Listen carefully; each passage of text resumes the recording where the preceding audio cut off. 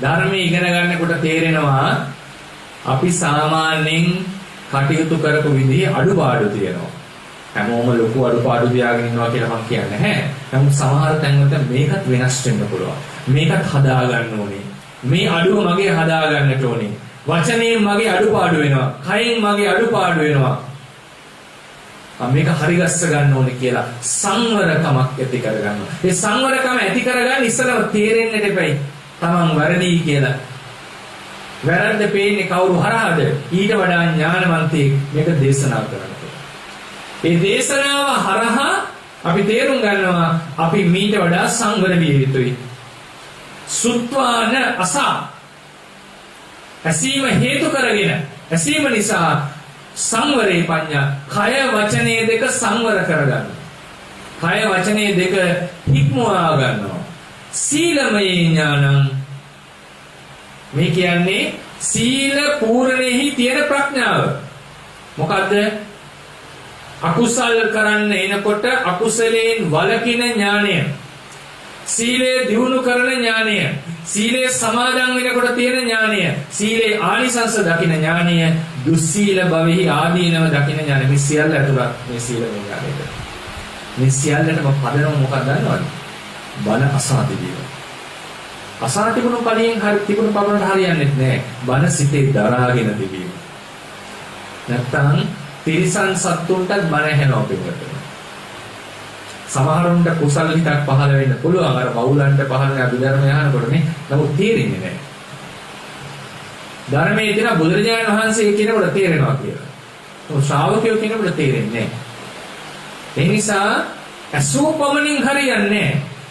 සෝතාවධානේ අවධාරිත හිතට අරන් තියෙන්නට ඕනේ. නැත්තම් තේනවා හරියට අර ඔඩොක්කුවේ තියෙන ප්‍රඥාව වගේ කියලා කියනවා. ඔඩොක්කුවේ තියෙන දෙයක් තියෙනකොට අපි නැගිටලා මොකද වෙන්නේ?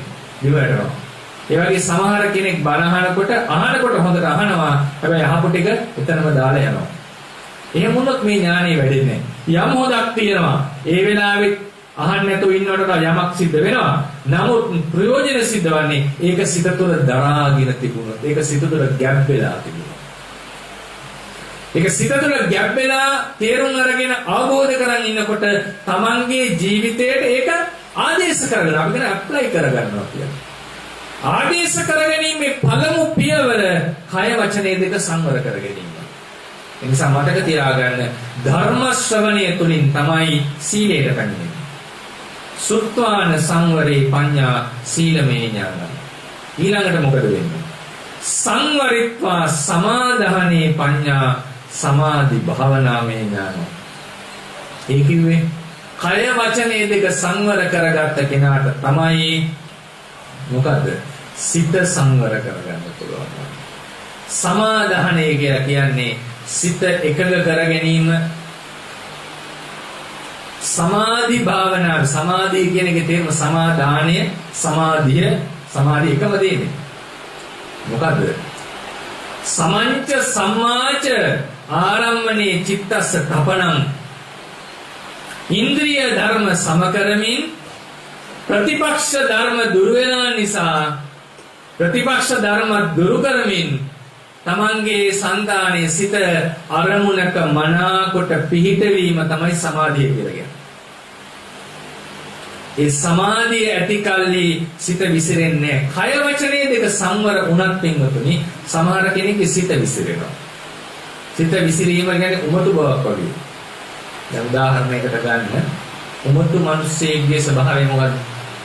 උමතු මිනිස්සයා එක දඩක් එක දිගට කරන්න බෑනේ. එක පාට වෙනස් වෙනවා.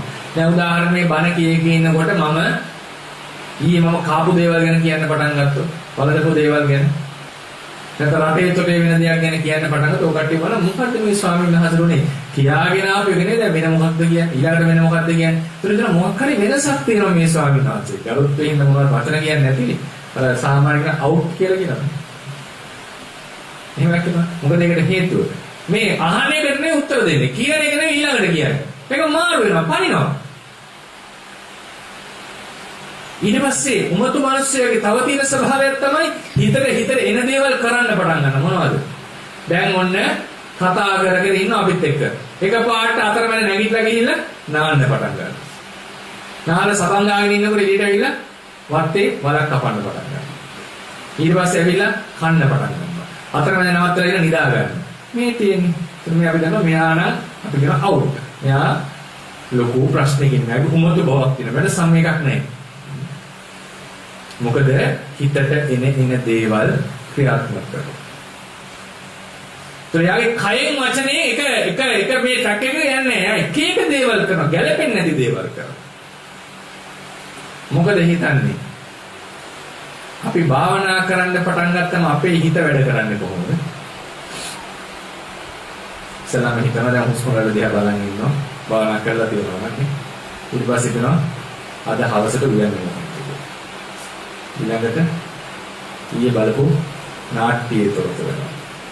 නිවුස් තොරතුරක් වෙනවා. දේශපාලනයක් ගැන හිතනවා. ඊට පස්සේ මහත්ය නෝන කරපු දෙයක් ගැන හිතනවා. පොඩි කාලේ දෙයක් මතක් වෙනවා. දැන් බලන්න මේක යන්නේ පිළිවෙලකට යනවාද? ආය හුස්ම රැල්ලට එනවා. ආය හුස්ම රැල්ලට යනකොට තව එකක් මතක් වෙනවා. ආය හුස්ම රැල්ලට නිදිමත එනවා. කේන්තියක් එනවා. ලෝභයක් එනවා. ආය හුස්ම රැල්ලට කොහොමද යන්නේ? අර මිනිස්යාගේ අපේ අතර තියෙන වෙනස මොකද්ද? එක වෙනසක් තියෙනවා.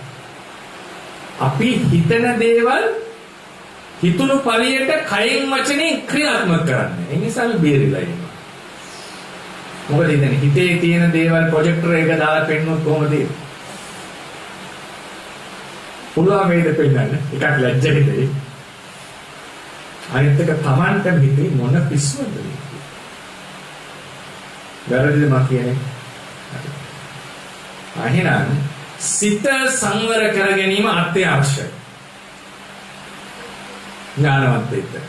කය වචනේ දෙකේ අපේ යම් සංවරයක් තියෙනවා. මොකද අපි හිතන දේවල් කියන්නේ නැහැ. හිතන දේවල් කරන්නේ. උමතු මිනිස්සයාගේ ස්වභාවය මොකද? නෑ. යමක් හිතේද යමක් කරයි.